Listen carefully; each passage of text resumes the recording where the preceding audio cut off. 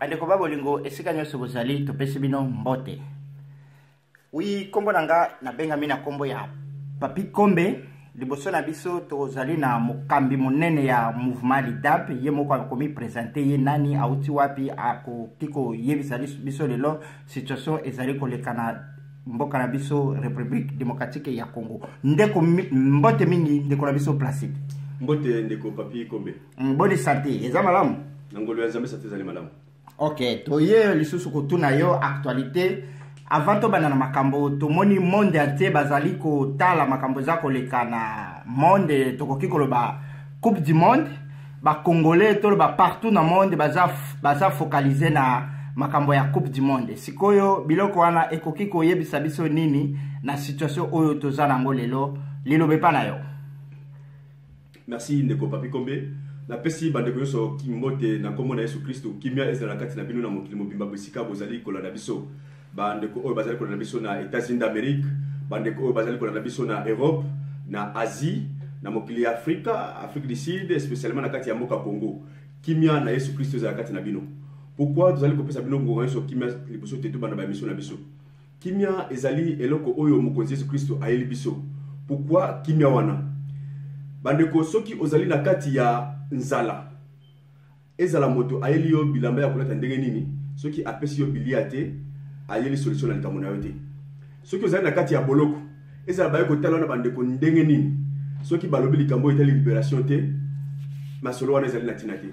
Moto soki ozali na kati ya bitumba ezala bayeli yo mbongo bayeli yo biloko ndenge na ndenge soki bayeli yo kimia te ezali na solution te. Donc chaque étape de la vie à moto esengeli na vocable na concept moko oyo ko résoudre problème na ye. Yango Yesu Kristo ayeli biso alobi la paix. Partout bana ko ya la paix soit avec vous. Pourquoi la paix? Parce que Bible la kisi biso ndozali kotanga Bible na kati ya makomi ya Apocalypse à partir à verset à chapitre 12 à partir à verset 7 ba la kisi ko la biso ete bitumba ezalaki na likolo.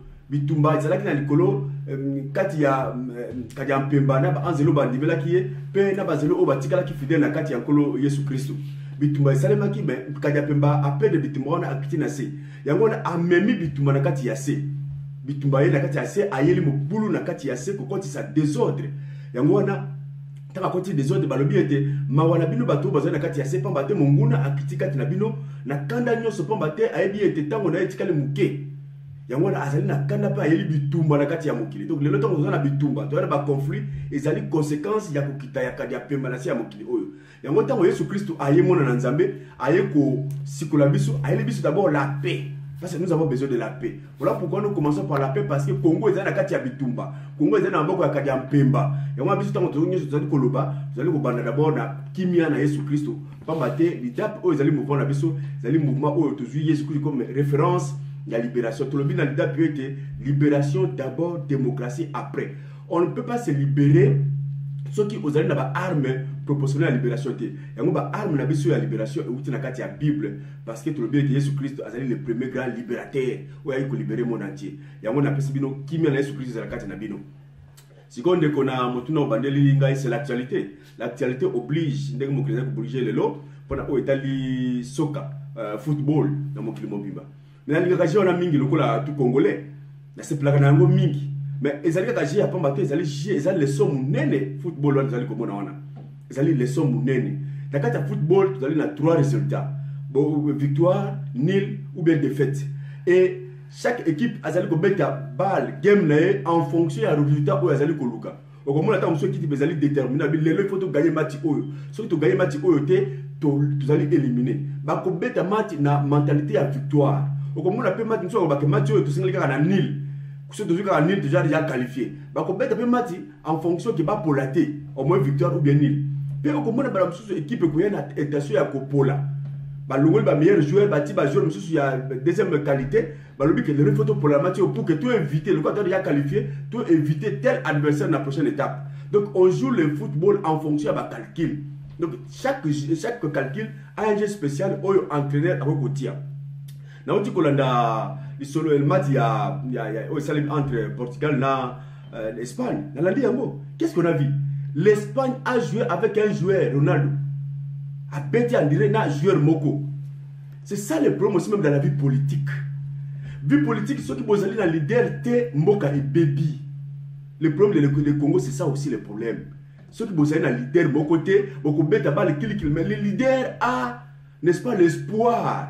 Il y a équipe Mobimba. Le Congo, la leader, ça va s'allier, mentalité, ça va casser. Le Congo est orphelin d'un leader politique capable, il y a côté de Msamboka. Il y a le Congo, Nzambe à l'Union Congo, Nzambo Yabana, atteindre le leader, le Congo, c'est après Bemba Igwe, ou à Zalaki Moko ya Bato, Bazal ko Bembi ko Bangsa, il politique Kanambe, Abimana Bolo, ko Pop, Pitira, ko Sekoué, Bouton, le genre de Tikaraki.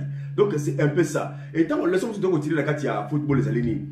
La carte foot, en dehors de l'équipe, vous allez ko Beta, c'est-à-dire que mon a supporters, Bato, Bazali ko comme sa équipe. C'est-à-dire que ces gens-là ne sont pas, n'est-ce pas, autorisés à ko Beta.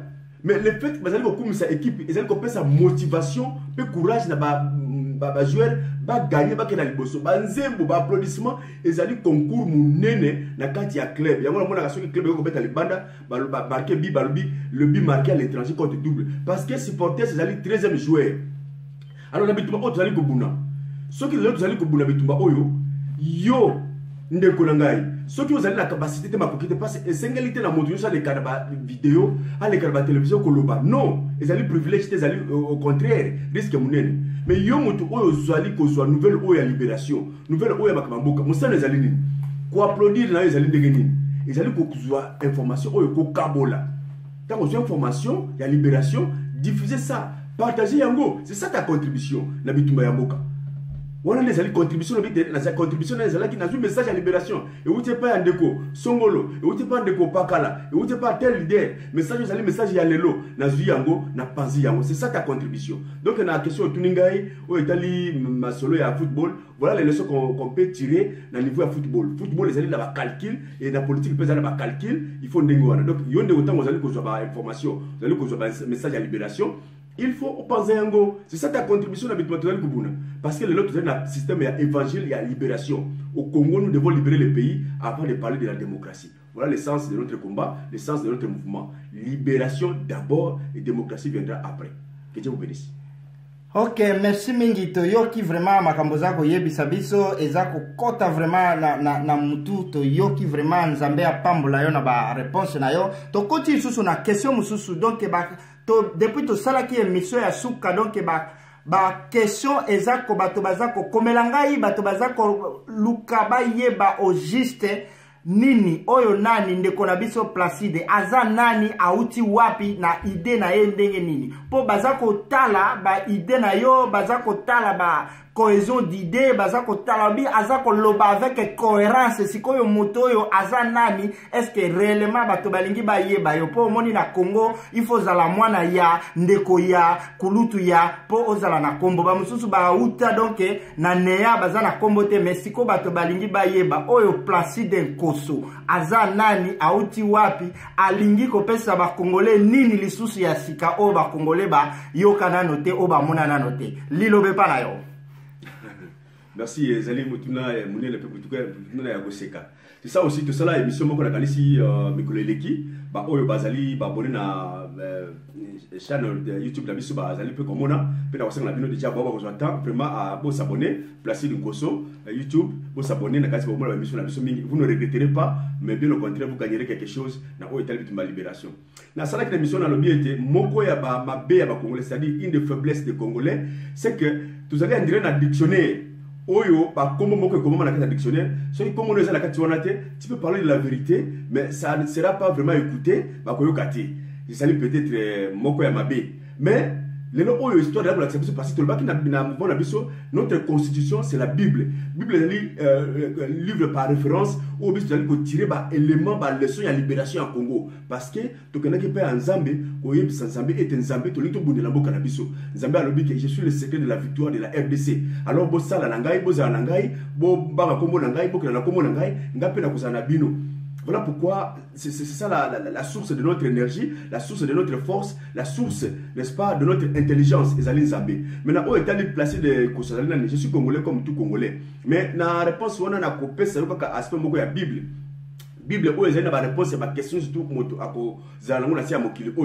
Bible, la Kisibiso, Nakati ya je crois livre il y a un roi à partir il y a 19 prophète Esaïe Eli pardon akomaki déjà Baal akomaki na kolela ke ba nzambe ayebisi nzambe awa bato musu basile teka ngai moko ba Baal awa likambo ezali ndabali kolela vis-à-vis la situation ozala que je crois un roi 19 okotanga yango mais nzambe ayebisi bato nyonso tu basili kondimela ba Baal nzambe ya Baal na tikali kaka ngai moko nzambe ayebisi te longola na mutuno makanisi wana ozayo moko te j'ai encore 7000 fidèles oyo batikali kokumba mbela ba nzambe ya Baal te Zambie à l'Albert. Ce qui fait que le rôle de la Congo, les politiciens au Bozali la Congo, c'est un privilège. Et ça avantage Bozali na Yango lelo. Bozali la peuple congolais, Bozali la Congo, Bozali kabino mo côté. Nzambe aza encore na ba réserve minene na kati ya Congo, na bana na ba ko défendre le Congo. Dieu est capable de susciter n'importe quel fils du Congo dans n'importe quel coin du monde pour qu'atteindre la Congo, à ça la Congo na boulot Congo côté. Donc quand vous parlez, vous avez ce privilège là en tant que politicien, profitez-en pour na kusala la bana ya Congo, pe ko banga Congo ya Zambé na misa bozali kusala. Si vous croyez comme des stars, Nzambe est capable de vous confondre et abimisa bato oyo botika la kotia makalicité. Voilà pourquoi le baki était le roi David. Pardon, le petit Goliath, le petit David qui va tuer le Goliath, Dieu est capable de saisir n'importe quel fils de Congo à travers le monde entier pour aller au Blambo Kanaï. Voilà pourquoi les loyaux, Zavo Kolobate, Nazali Moko, peut-être il y a 7000 bateaux basés à travers le monde où on sait utiliser le lot pour libérer le Congo. Mon message est là, message est tous allés Koloba. Si vous appréciez ça, vous m'en avez bien, vous avez bossé la yango. Mais ce n'est pas un message où tout ça parce qu'on connaît, mais c'est la volonté de Dieu. Nous avons pleuré chez Dieu, tout va dans Mikilia Malamu, que tout nous suffit. La famille, stabilité Zali, mais je dis mon pays reste mon pays, mon Seigneur. Je ne peux pas rester en paix tant que Mboka Zali la Kimia. Tous les lignes Zambé a pimis par Kisumawa, a Pessibiso Oto Koloba, moi Mayele, autant à totalement mouké, payant beaucoup de Zali pour Lamboka. Par rapport à la question, je suis parmi les fils du pays où Zambé a l'ennemi peut susciter pour na kolobela ko buni Lamboka nae, na mokolo ya lelo oyo. Apparemment, ba oyo bazala qui privilégie la ligne d'attaque pour na kosala Lamboka, bazali ko kokate. Il y a une génération qui est copine, merci. Ok, merci mingi na question na yo, na réponse na yo. En tout cas, to sepeli mingi, nengo répondre biso avec vivacité, to sepeli vraiment mingi. Pour ma question tin ndenge na zako loba, ba question zako kitaka kalokola matanga yambula. Question mususu pe uti bato ba lobby trop, bato ba critiquer trop, bato donc ba sepeli te na émission oyo elikaki na suka oyo lobaki pona makambo ya Jean-Pierre Bemba, bato ba lobby ozako lobake émission ezali na 3 dimensions. Spirituel, physique na social. Sikoyo balobi tanko za koloba aspect spirituel ba moni lisusu na kati kuna ozako critiquer Kabila, ozako loba eneti balobi neti ozako finga eneti mwana ozako clarifier donc ozako classifier eneti mwana ya ndeke ou bien neti animale ozako minimiser na façon moko boye tandis que kuna na Congo bato bazako bondela pona ye bato bazako fukamela ye bato bazako adorer ye sikoyo na ndenge ozako zoye ndenge wana epesi balobi obanda ko zoye muke ata na mwa respect pour bamoni balobi émission na yo pe eza na aspect spirituel obanda ko zoyango ko banda ko zoye po Biblia yebisi biso ke toute autorité vient de Dieu yepe azamo ponami moko ya Nzambe siko to yebite na dimension ya mouvement lidape tokoki ko répondre question wana ndenge nini po bato balobi mingi balobi na côté nyosolo obandaki ko loba bien soki okomika ka côté wana ndenge ozako minimiser ye bato na vraiment bazoyoka vraiment motema ezako suwa ezaneti bazo sopela bango maya pilipili siko pona ko lembisa muke okoki koloba nini na question wana liloba pa na yo.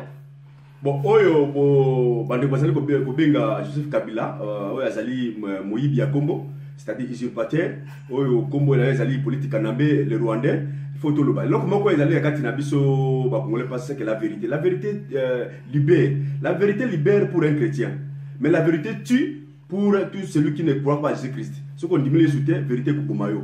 Il y a un peu de temps mais Badoko, Jésus-Christ, la vérité à libérer. Dans le bas de l'émission, là, était dans le bi, moto oyo akelami na lilingi en Zambé, pour qu'elle a bien dirigé la société, il faut la diriger par la moto oyo a une valeur intrinsèque ya moto.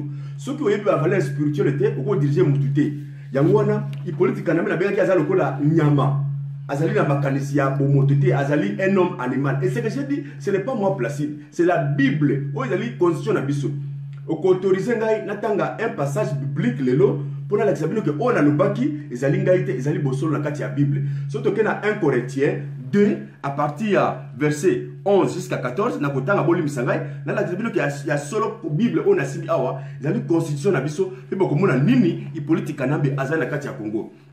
Tokotanga mbangu pe na koyebisa bino aspect wana 1 Corinthiens 2 à partir à 11 te tokosuka na verset 14 na tangi na komona Yesu Christ balobi boye lequel des hommes en effet connaît les choses de l'homme si ce n'est l'esprit de l'homme qui est en lui.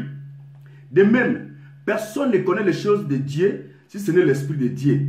Or, nous n'avons pas reçu l'esprit du monde, mais l'esprit qui vient de Dieu, afin que nous connaissons les choses que Dieu nous a données par sa grâce. 13 Balobi. Et nous en parlons non avec le discours qu'enseigne la sagesse humaine, mais avec ce qu'enseigne l'esprit, employant un langage spirituel pour les choses spirituelles. Tout le verset 14, Balobi boy. Mais l'homme animal ne reçoit pas les choses de l'esprit de Dieu, car elles sont une folie pour lui, et il ne peut les connaître parce que c'est spirituellement qu'on juge. C'est-à-dire dans la Bible classée homme animal. Pour parler des choses de Dieu, il faut avoir l'esprit de Dieu. Pour diriger moto, il faut qu'on ait l'esprit de Dieu. Oyo ko permettre oyo ba valeur oyo nzamba salaki moto poko kama moto malamu. Bibi balobia ba homme animal. Ezali bato oyo bayebi esprit de Dieu te. Yango makambo ya nzambe ezali folie pona bango. Pourquoi la qualifier Hippolyte Kanambe comme un homme animal? D'abord, quelles sont les valeurs de Dieu? Quand on dit l'esprit de Dieu, l'esprit de Dieu c'est quoi? L'esprit de Dieu c'est l'amour. Hippolyte Kanambe n'a pas l'amour, la haine. L'esprit de Dieu c'est la vérité. Il n'y a pas la vérité en lui. Vérité réalité. Moto oyo na kati ya se owangani mama na yo. Mama oyo aboti yo owangani okokozwa mama ya mususu, ba pesi yo mama mususu pour que o monte kuna yo. Est-ce que tu es sérieux? Vous allez honnête. L'esprit de Dieu c'est quoi? C'est le respect. L'esprit de Dieu c'est quoi? C'est l'égalité. L'esprit de Dieu c'est quoi? C'est le pardon. Mais bien c'est ça la kati ya Hippolyte Kanambe. C'est lui qui chaque jour ne fait que tuer, l'okuta, destruction, koyiba, koboma, l'esprit de venir coloniser un peuple, balkaniser le pays. Moto Nazali est un homme animal. Il n'a pas la notion intrinsèque de l'homme spirituellement. Voilà pourquoi tout ce que vous faites, Kabila ne changera point parce que la nature du changement, le bien n'est pas sa nature. Le bien n'est pas sa nature. À la nature, il y a Makila. Parce que la mission c'était de détruire, de tuer Jean 10, Moussala Kadabimba Pesa et Nakata Congo. Voilà, Bissoubana et Jésus-Christ. On ne peut pas accepter comme ça. Donc, télémélaye. Donc, Bitumba, oh, c'est d'abord Bitumba spirituel. Donc, télémélaye, t'es Nasuka. Je bénis l'Éternel parce qu'il y a comme Nasuka, comme Gokenda. Voilà pourquoi Badeo Basiliki, non, Basilikate. C'est la vérité. Peut-être la vérité qui fait défaut, mais c'est ça la vérité. Kabila, c'est un homme animal. Les choses spirituelles, ils allaient folie pour naïe. Donc, il ne va pas vous respecter, il ne va pas vous aimer. Il n'appliquera jamais l'égalité, le respect aux alatés. Tout ce qu'il y a comme les valeurs humaines et spirituelles, il y a ça d'un côté. Donc c'est un homme animal, je le dis et je le confirme. Donc pour Silikate, il faut te chasser parce qu'avec Hippolyte Kanambe, le pays ne marchera pas. Or le Congo, c'est le pays de Dieu. Donc il faut un homme spirituel. Oui, toyoki maloba wana ba oyo nyoso bazalaki na mwa pokoso na mwa problème wana na kanisi boyoki réponse ebimi epa ya ndeko na biso po wana bozalaki ko critiquer mingi o situation dimension spirituelle tandis que bozako finga bozako sala nini ezako finga te nyoso tozo bimisa yango na kati na Bible esili lisusu te soki totali na liloba na kati ya buku ya Mark 13:32 Yesu ye moko ayebisi nani Yesu ye moko ayebisi Herode bokende ko yebisa renare wana ke tanange ko kinano te. Est-ce que Yesu afinga ki nani ke aza renare poto yebi renare aza nyama. Bon, na cadre spirituel tokokota na mozindo te oyo ayoki to biso tokei. Ok, ndeko Placide to koti na question msusu ya baiba na mboka to yoti kolanda simamuke awa to yoki ndeko na biso grand acteur politique na République démocratique ya Congo, ndeko na biso Martin Fayulu akendaki ko solo la mukena ndeko Jean-Pierre Bemba pe a confirmer réellement que ce Jean-Pierre Bemba na ta oyo ye muto asengeli ko tia moi réalité ko tia moi ordre na kati ya Congo. Sikoyo tandis que ye moko lisusu azali lisusu candidat na élection présidentielle. Peso ki to tali lisusu kote na Congo tomoni ndeko Moïse Katumbi ba ple wana sikoyo soki toye na kote toye kotala ndeko Félix ba ple tozomo na kaka tour ba ple sikoyo ba biloko wana ezo mema ba Congolais wapi to yebite na ba ple wana ndenge eko mema biso wapi poto banda ko mona ba ple wana ça fait depuis kala to mona pe ba musicien ba nani ba sala kape yango sikoyo to komi ko tia biso moi confusion koyeba ba musicien ba nani ba politicien ba nani na makambo yo tozo mona ngo na alire Congo ezo kende nango mikolo yo po soki to moni vraiment otali vraiment na miso ya esprit élection kozala na mboka wana te siko bato wana baza ko mema population wapi lilo bepa na yo. Merci Ndeko, merci ezali mutuna kitoko mingi. Je crois na lopoto balobi ce ne sont que les imbéciles qui ne changent pas. Donc moto aboyi ko changer azali imbécile, mais un homme scientifique, un homme honnête, un homme spirituel azali moto yo andimaka d'abord que étape o ezali étape na ngai les signes du temps tolobaki yango liboso les signes du temps ezali côté ya biso pe okoko changer motema na yo tango moni makambo ezali ko bongwama yango moko na ba otangi wana c'est vrai tolobaki ke na oto otunga question liboso ezalaki question moko munene o etali makambo ya sport na lobi yango makambo ya équipe ya Espagne na lobi beti na joueur moko Ronaldo na Portugal. Ça dit quoi? Quand une équipe n'a pas un leader, les équipes moko, les alliés kotatabana, ça passe. Il faut toujours avoir une référence qui est moto vraiment à côté de différence. Le Congo est arrivé à un niveau tel que les jeux collectifs n'ont pas marché. Tout ça est foutité. Nous cherchons un fils du pays qui va sortir d'un système normal de jeu pour marquer différence après sa vie longa. C'est ça encore un problème. Tango bozali bino sur la carte ya kotatabana dans le doute tout le monde a kokobima tentant de faire peut-être une différence mais la réalité c'est que tango yebi que awa ezata pinangaite il faut accepter l'honnêteté scientifique oblige yango wana ba ambition démesurée et bomakapé tango soko sanga que ba popularité mais toyo kana bien popularité zali pe référence à souffrance hein to na mboka oyo que moi je vous ai tué à la mission à 2 mètres de chez moi ici un voisin n'avais un ministre peut-être un ministre donc il n'est pas c'est un homme normal faire la politique ils allaient service aux courants de la population donc ça place que vous à la star botique la Warason JB ba Kofi botique la ba star ba homme de public de fois aussi ba public à maçonner ba homme politique va aller entraîner ils allaient distraction. Parce que tout le monde déjà que espérance la question que masse ou est-il que sa victoire. Encore, si vous ne savez pas utiliser la masse, n'a pas objectif précis, masse ou vous allez pamba. Voilà pourquoi la révolution va tomber en révolution sur le bas populaire, vous allez aussi battre. Le peuple est prêt, la population est prête à cause de la différence. Mais pourquoi ça ne marche pas? Parce que la population ne s'identifie pas dans le leader politique. Donc c'est la révolution. Tu vas créer na souka, tu vas koufa, nani a causé la président après la révolution. C'est ça le problème. X, Y, non. Z, non. Alors tout le monde est découragé. On n'a pas un leader capable de garantir la population qu'en faisant la révolution, la place. C'est ça le problème. Si Martin Fayulu aujourd'hui, à cause de l'honnêteté scientifique, alors que le lois à Igwe, il est honnête. Il est honnête.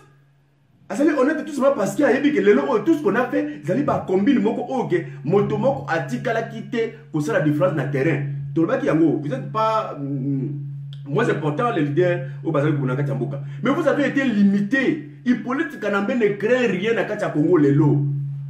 Azal Bangata Moutumo côté na Katia Congo Tolo Bate, Azal Banga Moutumo côté. Et le Oyo est preuve la que Moutaza Banga, Japper Bemba. À tout temps c'est ma tout ça bête ma ça c'est personne qui intervention bangola tende bangola bamba bazoloba so to yakate mbele ba kopesha na Congo asa ko banga Parce que c'est un homme qui peut dire non, non, puis à Simbi ou à Kosimba. On a besoin aussi de Yabatande, bon, on a aussi besoin de ça. Parce que tout ça a besoin d'armes proportionnelles na niveau Oyo, Munguna à côté de l'Ibiso. C'est tout. Donc, Martin Fayulu, ce qu'il a fait, c'est un acte de bravoure, à salut honnête. Effectivement, si tous les leaders, bah, ça derrière moto, ça est capable de Kolobapé, il peut être Abanga. C'est la bonne des choses. Ceux qui s'appellent abîmé. Eh bien, tout le bas qui en bien. Tout le bas qui en bien. À quoi pour des raisons politiques, politique peut bimissier. Politique est bimissier pour quelle finalité? Pour l'interrogation. Et si on trouve aujourd'hui les gens avertis, trouvent que politique est mise sur la place naïe. Alors où est le problème? Il est le bienvenu Bokanaï. Donc, tout ce qui est Simanaï, ça les a malam. Mais autant que les gens Soriano, Moïse Katumbi, Félix Tshisekedi qui est le fils de Pena Restakaïmigi. Mais il faut pas comprendre ici du temps. Pas comprendre, est-ce que le temps où ils attendent à yo? Est-ce que la popularité c'est ça qui suffit pour vous à la présidence? Est-ce que vous ne voulez pas aussi apprendre? Vous ne voulez pas aussi voir? Quand tu as la position de faiblesse, c'est aussi un aspect de responsabilité. Et c'est ça votre état maintenant. Soriano, je n'ai même pas. Vous allez voir comment la Belgique qui a un passeport. Mais c'est problématique. Ça vit toujours dans la mafia sur mafia. Et les gens peuvent comprendre que ce n'est pas lui qui peut interpréter la République. Peut-être le à la prise. Soriano ne sera jamais chef de l'État au Congo. Donc, Bandeko va soutenir Moïse Katumbi. C'est votre argent. Mais il ne sera jamais président de la République. Jamais. Oui, toyoki yango pe touti kolanda pe émission moko ka sikoyo balobi na play ya Moïse Katumbi na Kinshasa ba corrompre ki bato ba kopesa chaque moto 1500 francs ti bato ba pesi bango mbongo wana te après ba ke ko tumbanda ko ya sesanga na mutu moko ya PPRD wana liloba pa na yo ndeko est-ce que ba plan wana est-ce que ko tia plan il faut o corrompre bato siko Congo ko zala eko bando kendeka na ndengo wana po na landi bato ya Congo siko balobi ba autoriser bato nyonso ba banda ko kende ko lia mbongo wana po eza mbongo ba congolais soki yo nyonso apesi mbongo bo kende bo sala full body ya mbongo siko eko ko matina niveau wana tozo kende wapi juste mboke zo kende wapi bazo ko pesa sur raison la question sur bana il peut être kanambe la c'est un homme animal moi c'est Katumbi aussi c'est un homme animal ba on tout bazali ba homme animaux au début bible ezali ko loba wana c'est à dire bato oyo ba yebi valeur ya bonzambe te pa ya moto la corruption ezali moko ya élément ya anti valeur oyo mongolo ezali ko utiliser c'est ça. Qu'est-ce qui a fait que moi c'est Katumbi c'est la corruption ba détruire Jekamine ba vente ya uranium na Corée du Nord o tomoni makamo belé tout salemi et salemi pardon la kati ya Katanga tu es bien moi c'est Katumbi nana yambi bulletin de vote zaki bourré contre Etienne Tshisekedi na Katanga yé mutala gouverneur to lola komi moto a pesa bato bolia mbongo wana so moi Katumbi bengindo boke na bozo mbongo ba pesite botu mandako je regrette pour mon frère Denis Sanga je l'apprécie beaucoup azali moto ya maele mingi mais maele zo servir quoi tant occupé à Munguna à quoi ça sert la science à conscience n'est que ruine de l'âme dit-on boteki maele na bino na bo makambo ya mabe il est important bobima. Moïse Katumbi a salué l'identité. Moïse Katumbi n'est pas l'homme qui peut amener le Congo au changement. Qu'on ne confonde pas la vie sociale étant aux accompagnements équipe qui est boyé, au pèse batu masangu, au pèse batu foufou, au lobby qui n'a l'idée. Non, ah, de comme la dimension moussoussou. Chef de l'État, c'est une dimension moko où il faut qu'on remplisse des critères moko beaucoup plus de responsabilité. Moutou est ça là. Faut pas être chef de l'État qu'on a place moko brisque, même si comment va mode de circonstances, il faut pas la koloba. Oh, bah vous savez c'est pour le mode de circonstances. Le bas boy, il faut préparer le discours na yo. Non, chef de l'État face à la mouvement apte, capable d'un moment de surprise, à ça la différence. Vous comprenez, le chef de l'État n'est pas un prêtre à Golbaloko, la Sango, non, chef de l'État, le Congo mérite quelqu'un qui peut parler et puis Bayoki. Nous avons besoin d'un dire comme ça. Donc, ce n'est pas Moïse Katumbi. Qu'on se le dise. Si vous avez Mbongo, prenez l'argent, vous avez Mbongo, mais Mbongo la corruption, mais ça finit par quoi? Il ne faut pas être Judas d'Iscariote, à ce moment là, mais les gars, ok, vraiment, tout ça qu'on pousse à la caca, comme presque na souka na émission na biso.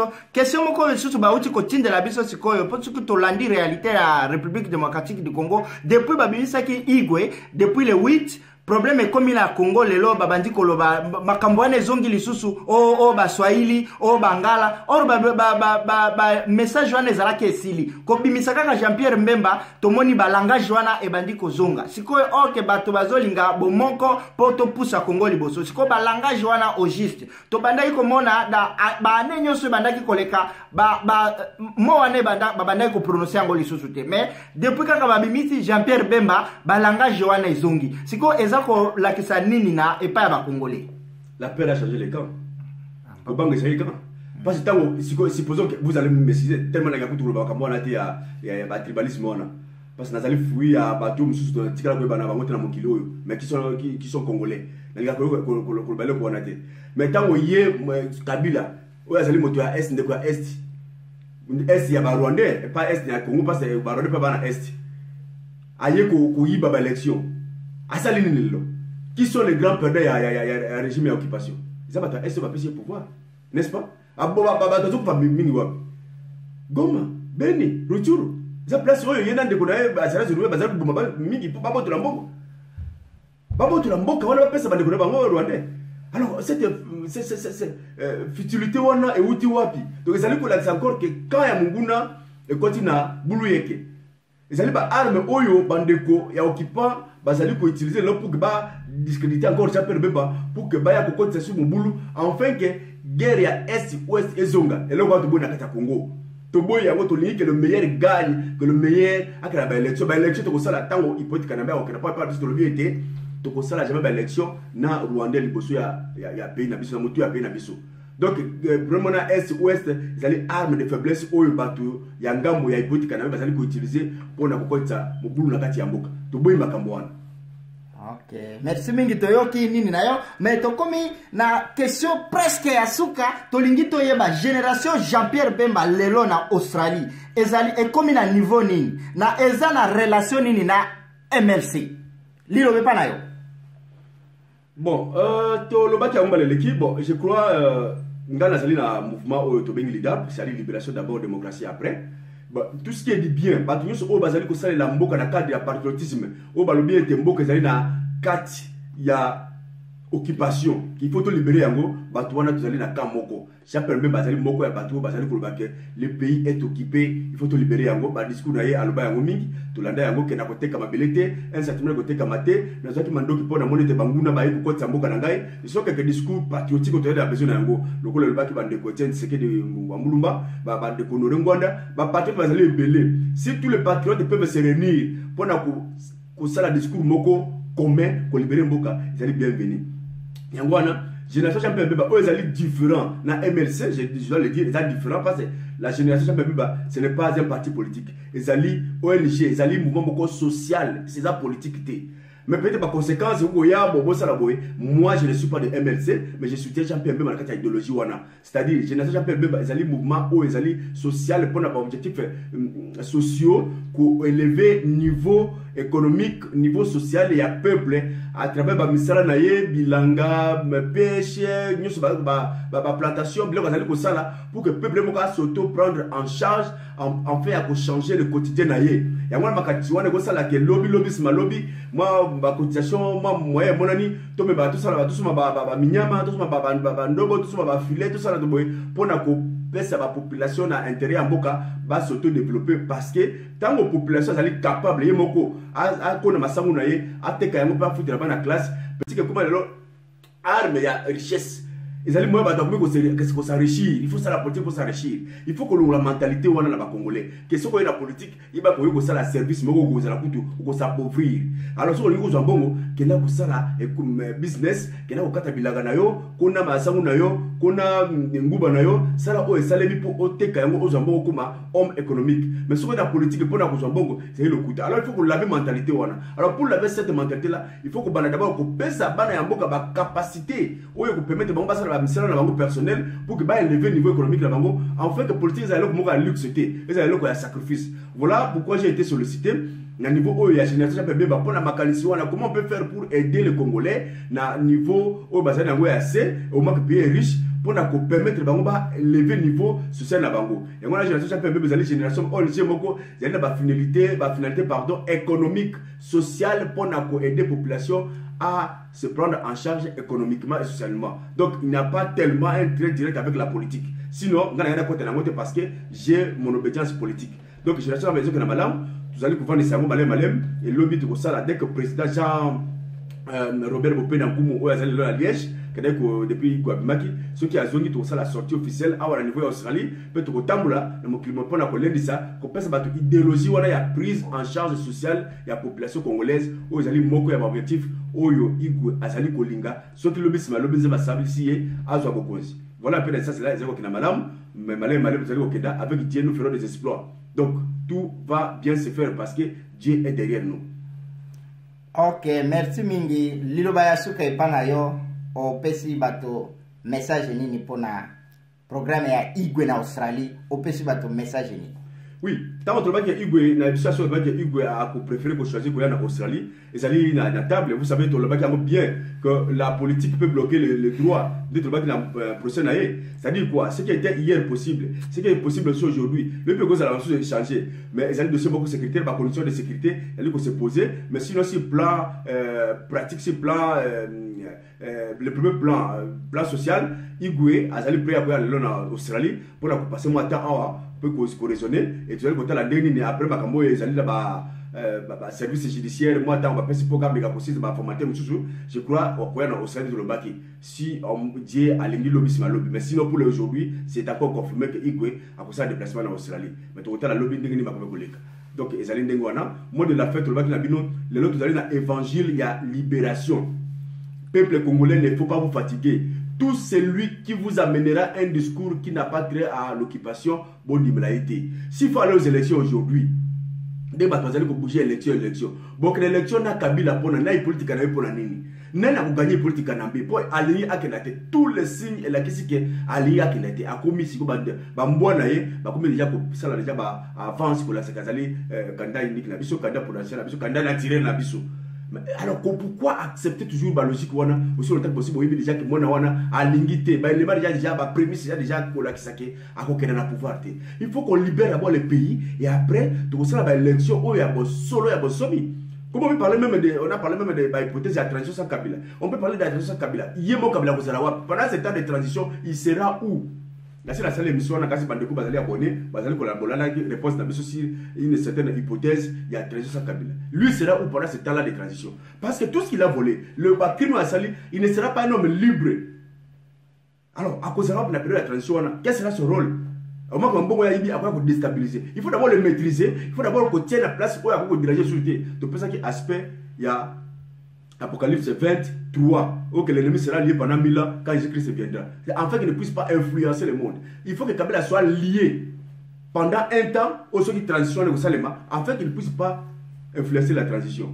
C'est encore un problème sérieux. De côté là, ce n'est pas impossible. Nous nous battons chaque jour pour que mettre hors état de nuire. Pardon. Et cela est possible parce que avec Dieu, nous ferons des exploits. Voilà, peuple congolais, bon s'abonner, bon basaler la temps. Bon, ça va naître la bise. Tout le monde mingi peut être problème mingi. L'idée on a conçu aussi un plan pour la RDC. Lobby c'est ma lobby. Nous ne faisons pas que les discours pour rien critiquer. Nous avons aussi après la critique la bise proposer. On a un plan à proposer aussi pour na kobimisamo kana bise na katia place où on critique et on propose. Bah oh balingi biso, bon s'abonner na chaîne biso. Beaucoup moins appelé, je crois que vous n'allez pas regretter, c'est la démocratie, où est la lobby, c'est ma lobby. Beaucoup moins, c'est que nous avons conçu et c'est que nous vous apportons comme plan pour le bonheur et un peuple congolais. Partout vous nous suivez, qui m'a inscrit à la Katabino, Bolembate, discours à libération et Bitumba et Komina Souka, Mungura Zaliko Kenda. Même si l'insécurité à côté de la Katabila Kinshasa le lot, mais bah dégonner bah Rwandais, bah mercenaires à côté de la Kinshasa, ça c'est rien. Mando qui est coupé de la Kinshasa, mais il y a beaucoup de l'expérience, il y a Laurent Kabila le père et Salema. Tout ce qu'il a acheté comme arme et que tika la pona Congo a beaucoup le coup la soso. Mando que le laté beaucoup faté. Dieu est au contrôle de la RDC. Que Dieu vous bénisse. Ingeta. Merci.